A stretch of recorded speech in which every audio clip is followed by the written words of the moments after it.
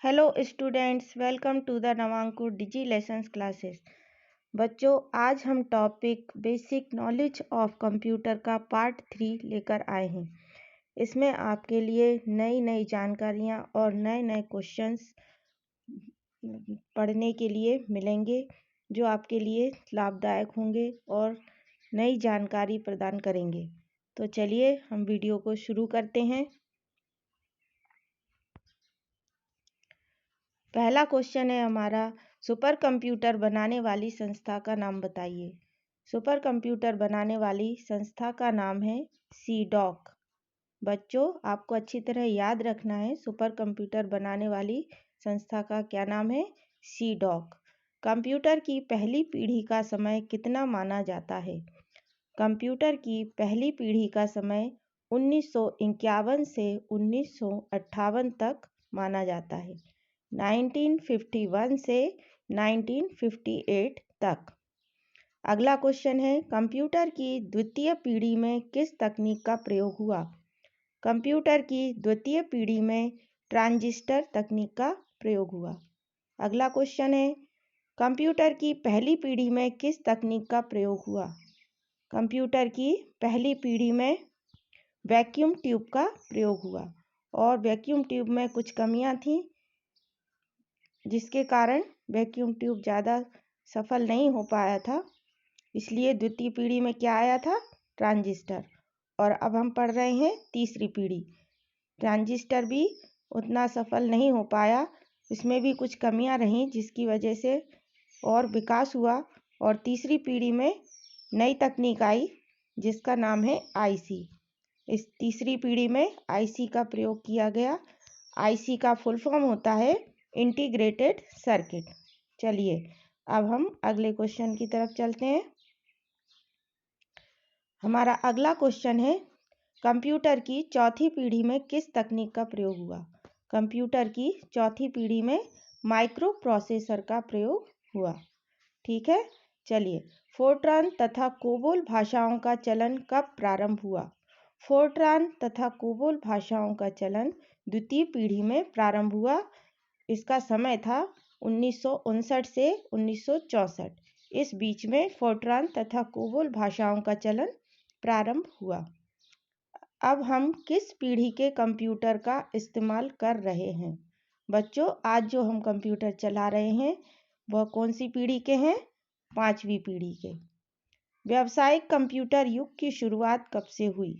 व्यावसायिक कंप्यूटर युग की शुरुआत 14 जून 1951 से हुई।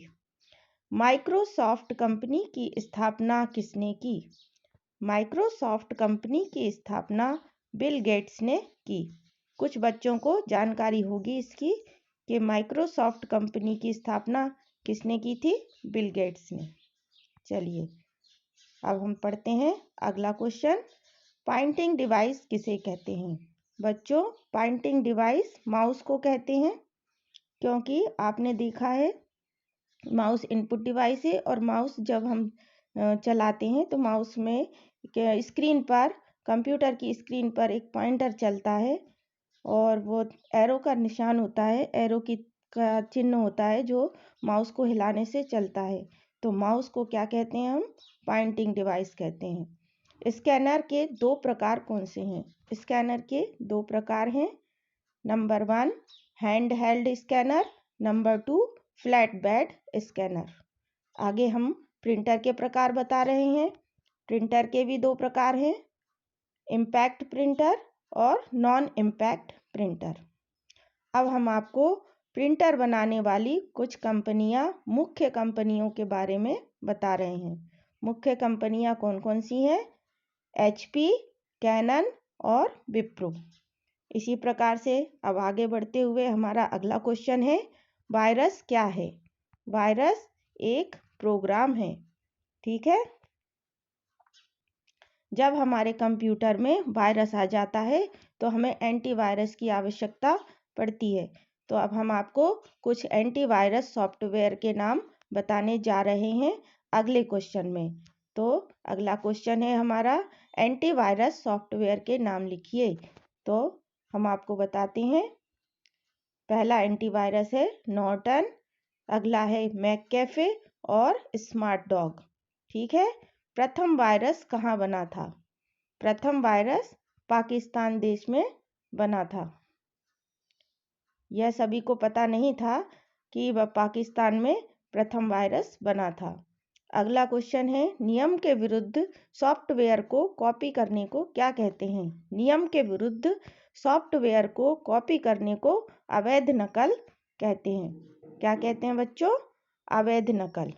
अब हम आपको बता रहे हैं ऑपरेटिंग सिस्टम सॉफ्टवेयर के प्रकार। ऑपरेटिंग सिस्टम सॉफ्टवेयर भी दो प्रकार के होते हैं। Number 1 single user operating system, number 2 multi user operating system. Single user operating system में यूज़र अन्य कंप्यूटरों से संबंध स्थापित नहीं कर पाता और उसका डेटा यूज़ नहीं कर पाता। और मल्टी यूज़र ऑपरेटिंग सिस्टम में एक यूज़र बहुत सारे कंप्यूटर से संबंध स्थापित कर सकता है और उसके डेटा को उपयोग कर सकता है। ठीक है, समझ में आया आपको? चलिए अब हम पढ़ते हैं अगला क्वेश्चन। एक वर्कबुक में कितनी वर्कशीट होती हैं? जब आप एक्सेल चलाती हैं तब आपने देखा होगा कि शीट जो सामने आपके आती है, जिसे हम स्प्रेडशीट भी कहते हैं, उस स्प्रेडशीट में सबसे नीचे की तरफ आप देखेंगे टास्क बार के ऊपर, वहाँ पर लिखा होता है शीट 1, शीट 2 और शीट 3। तो इस प्रकार एक वर्कबुक में 3 वर्कशीट होती हैं, लेकिन हम वर्कशीट 1 पर ही कार्य करते हैं। अगला क्वेश्चन, ईमेल क्या है? ईमेल का फुल फॉर्म है इलेक्ट्रॉनिक मेल। अब हम आपको बताने जा रहे हैं दो वेबसाइट के नाम जो मुफ्त में ईमेल की सेवा उपलब्ध कराती हैं। इनके नाम हैं रेडिफमेल और हॉटमेल। रो और कॉलम के काटने को क्या कहते हैं? रो और कॉलम के काटने को सेल कहते हैं। आपने देखा होगा जब हम एक्सेल चलाते हैं तो एक्सेल में हमें सारा वर्क एक्सेल में करना होता है। सेल एक छोटा सा बॉक्स होता है, आपने देखा होगा शीट पर। ठीक है, और वो रो और कॉलम से मिलकर बना होता है, उसको हम सेल कहते हैं। स्प्रेडशीट का एक उदाहरण बताइए। MS एक्सेल जो है एक स्प्रेडशीट का उदाहरण है। ट्रैक बॉल का उपयोग किस में किया जाता है? बच्चों, ट्रैक बॉल जो है एक इनपुट डिवाइस है और ट्रैक बॉल का उपयोग लैपटॉप में किया जाता है। ठीक है, सारे क्वेश्चन अच्छी तरह आपको समझ में आ गए और मुझे विश्वास है कि आपको इन क्वेश्चंस को पढ़कर कुछ जानकारी नई प्राप्त हुई होगी। ठीक है, थैंक यू बच्चों। अब हम मिलेंगे अगले वीडियो में कुछ और क्वेश्चंस के साथ।